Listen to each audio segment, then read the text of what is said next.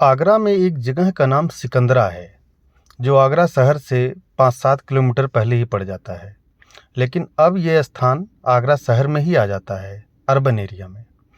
यहाँ पर मुग़ल बादशाह अकबर का मकबरा है और यहाँ पर केवल अकबर का ही मकबरा नहीं है, बल्कि उनकी पत्नी मरियम और उनकी 2 बेटियों का भी यहाँ पर मकबरा है उनके साथ-साथ। हालाँकि अकबर का जो मकबरा है, ये कुल 119 एकड़ में फैला हुआ है और जब अकबर की मृत्यु 1605 ईस्वी में हुई, तो उसके बाद उनका बेटा जहांगीर जो है भारत का सुल्तान बना या हिंदुस्तान का सुल्तान बना या बादशाह बना। तो उसने 1605 से लेकर के 1612-13 तक इस मकबरे का निर्माण कराया, जहाँ पर सम्राट अकबर को दफनाया गया था।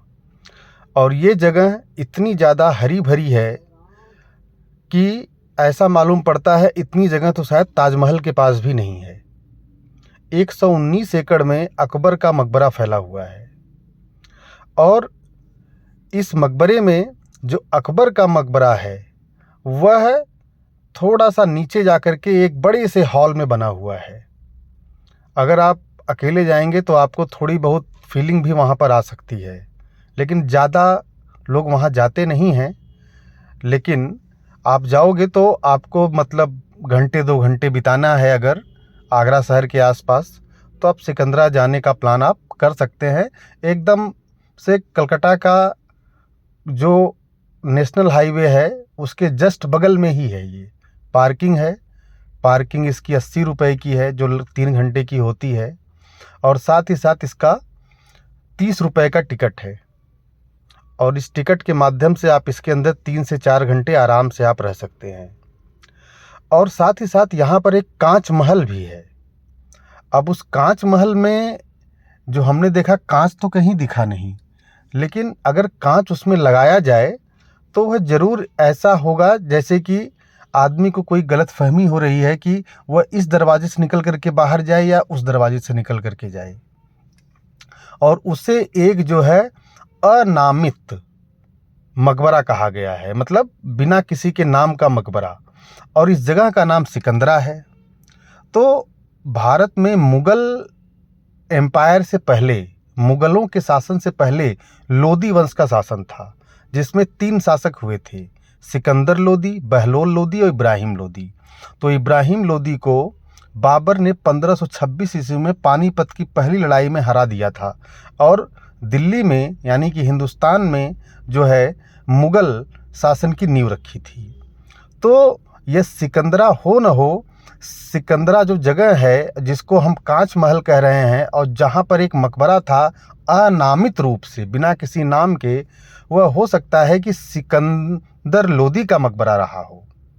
हालांकि अब वहाँ पर कोई मकबरा नहीं है और ऐसा वहाँ पर लिखा गया है कि जहांगीर जो है उस कांच महल को बनवाया था 1612-13 से लेकर के 1619 के बीच में, जिसमें वह अपने जो है बेगम और अपनी पटरानियों को रखा करता था। और इस तरह से सिकंदरा नाम कैसे पड़ा, सिकंदर लोदी के नाम पर पड़ा। अनामित जो मकबरा है जिसे कांच महल का नाम दिया गया है, वह मकबरा सिकंदर लोदी का था।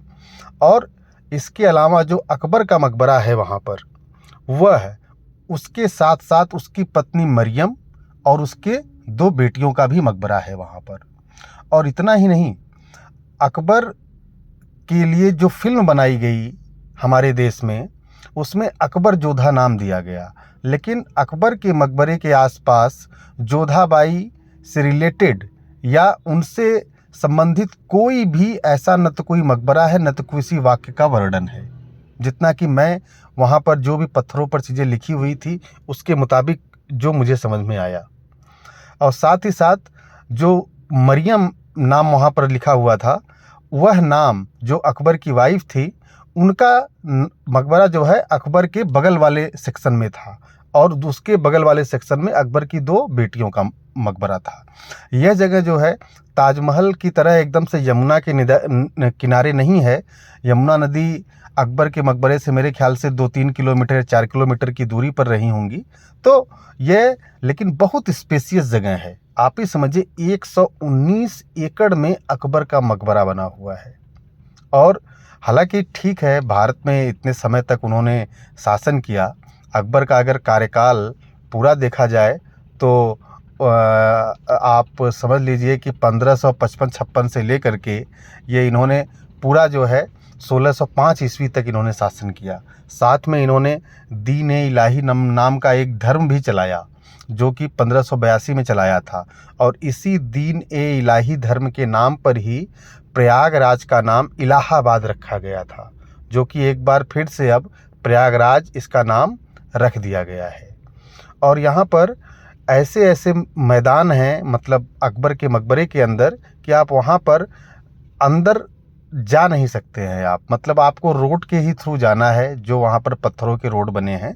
ज़्यादातर जो रोड है जो वहाँ पर अकबर का मकबरा बनाया गया है, वह जो है ज़्यादातर जो है सैंड स्टोन का इस्तेमाल किया गया है, और कुछ संगमरमर के भी पत्थर वहाँ पर इस्तेमाल किए गए हैं। मार्बल स्टोन का भी इस्तेमाल किया गया है अकबर के मकबरे को बनाने के लिए।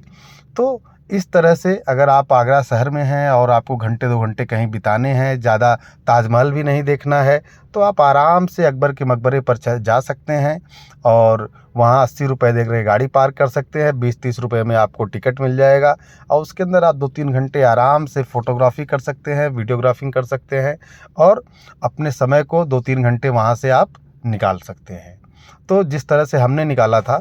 और वहाँ पर आप कांच महल में भी जा सकते हैं। हालांकि वहाँ पर कांच महल जैसी कोई चीज़ नहीं है, लेकिन जैसा कि मैंने पहले बताया कि कांच महल में अगर कांच लगा होता तो ज़रूर आदमी को दिक्कत होती कि किस दरवाजे से निकल करके वह उससे बाहर जाए। हालांकि बहुत बड़ा नहीं है।